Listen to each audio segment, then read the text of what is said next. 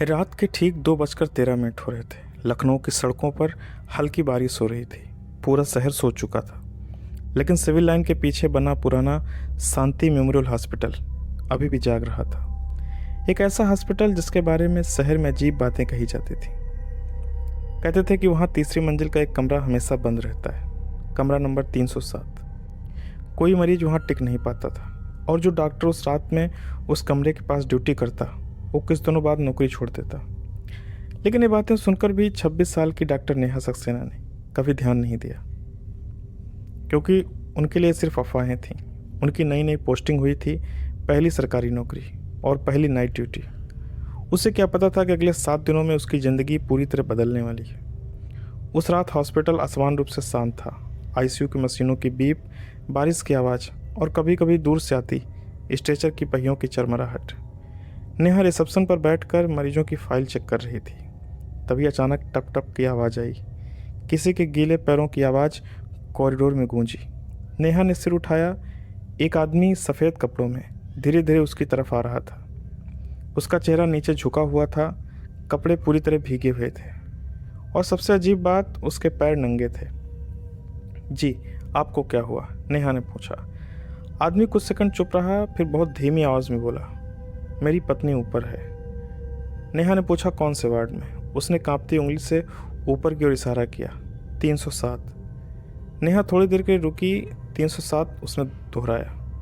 उसे याद था कि तीसरी मंजिल का वो कमरा बंद रहता था। वहाँ कोई मरीज नहीं है, नेहा ने कहा। आदमी धीरे धीरे सिर उठाने लगा। उसकी आंखें पूरी लाल थीं। ऐसा लग रहा था जैसे कई दिनों से सोया ना हो। आप नए हो ना यहाँ? वो हल्का मुस्कुराया, इसलिए आपको नहीं पता। इतना कहकर वो मुड़ा और कॉरिडोर की अंधेरी की तरफ चला गया। नेहा कुछ सेकंड तक उसे देखती रही, फिर अचानक उसे एहसास हुआ।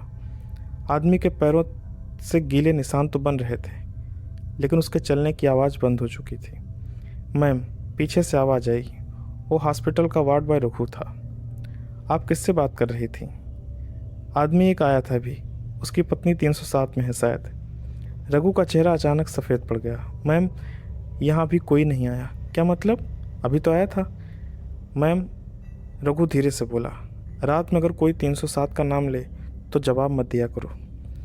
नेहा हल्का हंसी। तुम लोग भी ना हर चीज़ में भूत बना देते हो।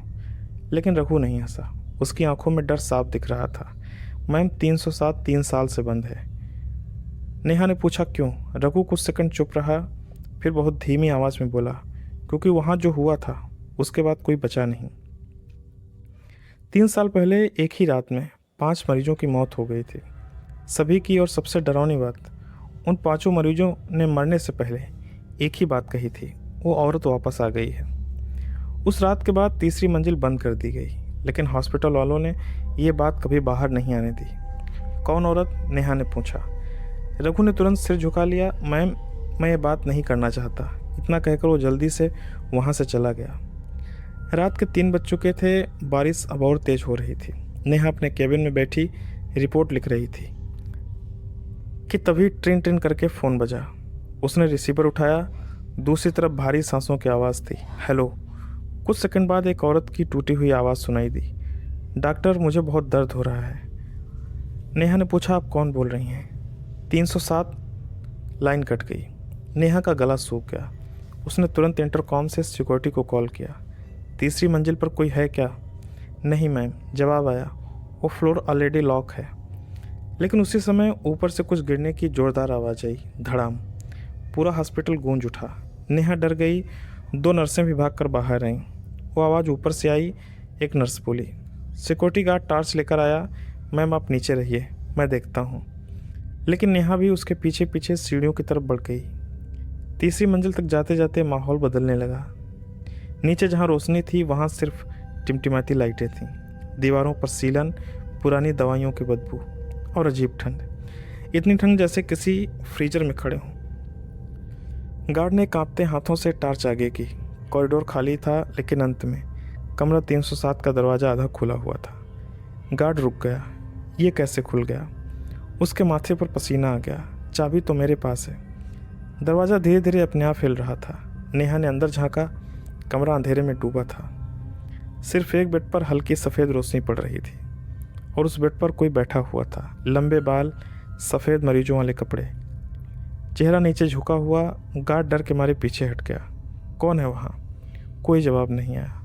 फिर अचानक वो औरत धीरे धीरे अपना सिर उठाने लगी। उसका चेहरा देखते ही नेहा के हाथ से टार्च गिर गई, क्योंकि वो चेहरा पूरा जला हुआ था और उसकी आंखें पूरी काली थीं। अचानक कमरे का दरवाज़ा ज़ोर से बंद हो गया। धड़ाम। गार्ड चीखा।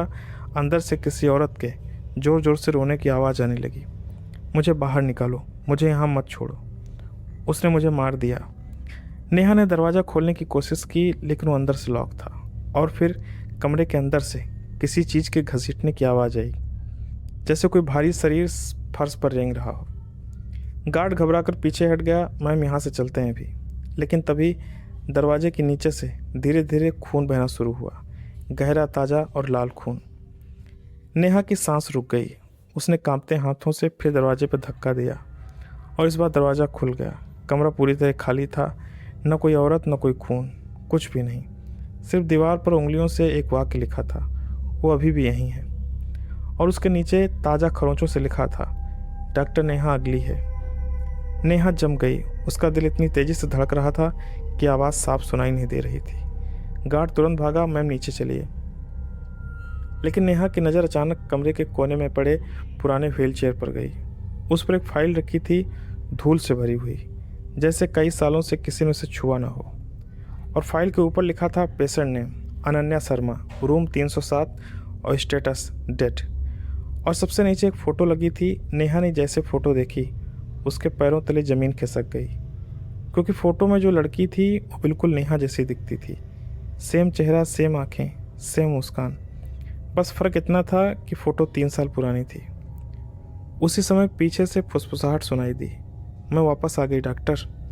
वो आवाज़ नेहा के ठीक पीछे से आई थी, ठंडी, टूटी हुई और इतनी पास जैसे कोई उसके कान से होंठ लगाकर बोल रहा हो। नेहा पलटी, लेकिन पीछे कोई नहीं था। सिर्फ अंधेरा कॉरिडोर, टिमटिमाती लाइट और दूर खड़ा सिक्योरिटी गार्ड जो अब कांप रहा था। मैम, नीचे चलिए अभी। नेहा ने जल्दी से फाइल उठाई और कमरे से बाहर निकल गई। जैसे वो 307 से बाहर आई, कमरे का दरवाज़ा अपने आप बंद हो गया, धड़ाम से। पूरा कॉरिडोर फिर शांत हो गया। लेकिन अब नेहा का दिमाग शांत नहीं था। उस फोटो में लड़की बिल्कुल वैसी कैसे दिख सकती थी? नीचे आते ही उसने हॉस्पिटल के रिकॉर्ड रूम की चाबी मांगी।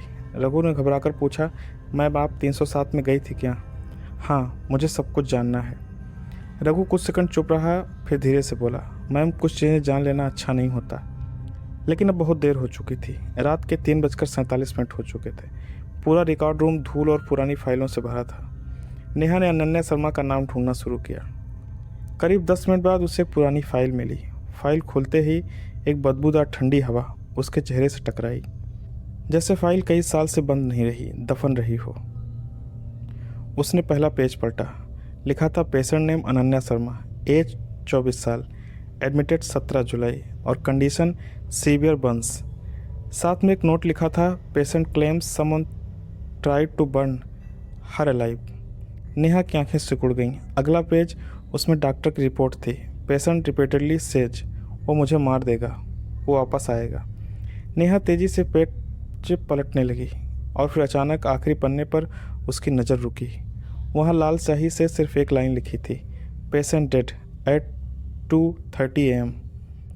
नेहा का दिल धड़कना बंद सा हो गया। अभी घड़ी में 2:30 ही हो रहे थे। समय वही था जब उसने उस आदमी को पहली बार देखा था। मैम, रघु की कांपती आवाज़ आई, एक बात और है जो आपसे छुपाई गई। क्या अनन्या की मौत के बाद उस कमरे में जो भी डॉक्टर ड्यूटी करता था उसे वही चीज़ दिखने लगती थी? कैसी चीज़ें? रघु ने धीरे से कहा, एक जली हुई औरत। नेहा कुछ बोल पाती उससे पहले रिकॉर्ड रूम की लाइट अचानक बंद हो गई। पूरा कमरा अंधेरे में डूब गया। रघु ने कोई जवाब नहीं दिया। फिर टक टक टक किसी के नाखून लकड़ी की अलमारी पर रगड़ने की आवाज़ आई। नेहा ने मोबाइल की फ्लैश लाइट ऑन की। कमरा खाली था, लेकिन आवाज़ लगातार पास आ रही थी, टक टक टक। फिर अचानक फ्लैश लाइट एक कोने पर पड़ी और नेहा की सांस अटक गई। अलमारी के पीछे कोई खड़ा था, सफ़ेद जले हुए कपड़े, आधा चेहरा काला पड़ा हुआ और आंखें पूरी काली। वही औरत, अनन्या। नेहा डर के मारे पीछे हटी। मोबाइल हाथ से गिर गया और अंधेरा छा गया। फिर उसी अंधेरे में एक टूटी हुई आवाज़ गूंजी, उन्होंने मुझे मारा था। नेहा कांपते हुए बोली, किसने? कुछ सेकंड सन्नाटा रहा, फिर डॉक्टर। अचानक किसी ने नेहा का पैर पकड़ लिया, बर्फ जैसे ठंडे हाथ। नेहा चीख पड़ी। उसने नीचे देखा, अनन्या फर्श पर पड़ी थी। उसका आधा शरीर जला हुआ था और वो धीरे धीरे नेहा की तरफ घिसट रही थी। मुझे मत छोड़ो, उन्होंने मुझे जिंदा जलाया है। नेहा जोर से पीछे हटी और दरवाजे की तरफ भागी, लेकिन दरवाज़ा बंद था अंदर से। उसने पूरी ताकत से धक्का दिया, कुछ नहीं हुआ। पीछे से घसीटने की आवाज़ और पास आ रही थी। नेहा रोने लगी, कौन हो तुम चाहती क्या हो? अचानक सब शांत हो गया। फिर अंधेरे में सिर्फ एक लाइन सुनाई दी, मेरा शरीर अभी भी यहीं है। उस समय लाइट वापस आ गई, कमरा फिर सामान्य था। रघु सामने खड़ा था। मैम, आप ठीक हैं? नेहा हाँफ रही थी। वो यहीं थी, लेकिन वहाँ कोई नहीं था। सिर्फ फर्श पर एक गीला जला हुआ निशान, जैसे किसी जले हुए शरीर को अभी भी घसीटा गया हो। नेहा ने तुरंत सीसीटीवी रूम चेक करने का फैसला किया। अगर सच में कोई था तो कैमरे में ज़रूर दिखा होगा, लेकिन सीसीटीवी देखकर उसके पैरों तले ज़मीन खिसक गई। वीडियो में रिकॉर्ड रूम साफ दिख रहा था। रघु दरवाजे के पास खड़ा था और अंदर नेहा अकेली थी। वो खुद हवा में किसी से बात कर रही थी, खुद पीछे हट रही थी, खुद चीख रही थी, लेकिन कैमरे में दूसरा कोई नहीं था। ये कैसे हो सकता है? नेहा बुदबुदाई। तभी सीसीटीवी ऑपरेटर बोला, मैम एक और चीज़ देखिए। उसने वीडियो पीछे किया। रात 2:13 पर तीसरी मंजिल का कैमरा। कॉरिडोर खाली था, लेकिन 307 के बाहर एक आदमी खड़ा था, सफ़ेद भीगे कपड़े और नंगे पैर। वही आदमी धीरे धीरे उसने कैमरे की तरफ सिर उठाया और मुस्कुराया। फिर वो कैमरे के सामने से नहीं गया, बल्कि सीधा दीवार के अंदर चला गया। ऑपरेटर की चीख निकल गई। वीडियो अपने आप बंद हो गया। स्क्रीन पर सिर्फ एक लाइन चमक रही थी, don't open the mortuary. Neha जम गई, मुर्दा घर। रघु का चेहरा अचानक उतर गया। मैम, क्या 3 साल पहले अनन्या की बॉडी कभी मिली ही नहीं थी? कमरे में सन्नाटा छा गया। मतलब? रघु धीरे धीरे बोला, पोस्टमार्टम से पहले उसकी लाश गायब हो गई थी। उसी समय हॉस्पिटल के स्पीकर अपने आप ऑन हो गए। पहले सिर्फ खरखराहट, फिर एक औरत की दर्द भरी चीख। पूरा हॉस्पिटल गूंज उठा। नर्सें डरकर बाहर भागने लगीं और फिर स्पीकर से साफ आवाज़ आई, वो नीचे है, मर्चरी में, और वो जाग चुकी है।